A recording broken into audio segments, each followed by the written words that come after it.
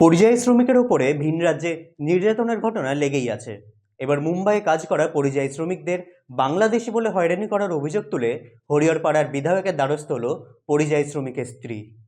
বাংলাদেশ মিলি পাঠিয়ে দিয়েছে সমিরুল দা আমাদেরকে নিয়ে চলেন ইন্ডিয়াতে। আমার ইন্ডিয়াতে নিয়ে চলেন, আমরা পাচ্ছি না, আমরা এরকম করে বেশি গেছি। সমিরুল দা পাঠিয়েছেন, মমতা দিদি আমার কাছে বাঁচান।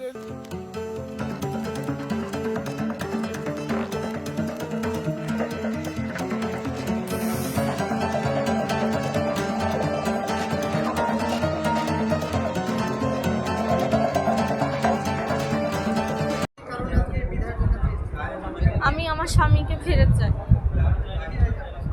বিদেশে গিয়েছিল, বম্বে কাজে গিয়েছিল, কাজে যেয়ে পুলিশে ধরেছে। দিয়ে হ্যাঁ হ্যাঁ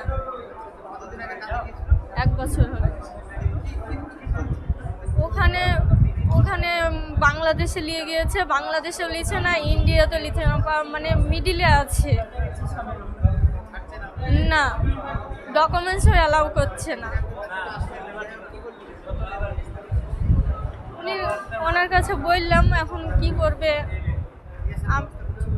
হ্যাঁ বললো, যোগাযোগ কালকে হয়েছে রাত্রে। না, আমি চাই আমার স্বামী ফিরে আসুক। বিষয়টা তো সকলে জেনে নিয়েছেন। আমাদের যে হরিহরপাড়া, মুর্শিদাবাদের মধ্যে হরিহরপাড়া যে কেন্দ্র, সেই কেন্দ্রের ব্লক আমার হরিহরপাড়া ব্লকের আমার অঞ্চলগত ধরমপুর অঞ্চলের যে একটা ছেলের যেটা বোম্বে থেকে যেটা আটক করেছে, হ্যাঁ, সে ছেলেটা হচ্ছে নাম বললা নাজিমউদ্দিন মণ্ডল।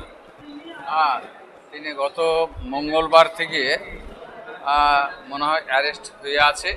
তো তাকে আবার বাংলাদেশে পাঠিয়ে দিয়েছে, বাংলাদেশে বলে। তো বাংলাদেশে বলে পাঠিয়ে দিয়েছে, দিয়ে বাংলাদেশেও নিচ্ছে না। বাংলাদেশ 6 জনের মধ্যে বাংলাদেশে 2 জন, 4 জন হচ্ছে ভারতবর্ষের। আমাদের মুর্শিদাবাদের মধ্যে আমাদের বেলডাঙ্গার একটা আছে, আমাদের হরিহরপাড়া ব্লকের মধ্যে একটা রয়েছে।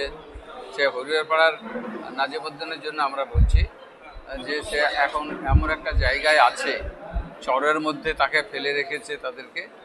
তো সেটা রেস্কিউ করার জন্য আমরা ডিজি থেকে আরম্ভ করে আমাদের বড় সাহেব, এসপি সাহেব পর্যন্ত আমরা সমস্ত আমরা সেখানে জানিয়েছি।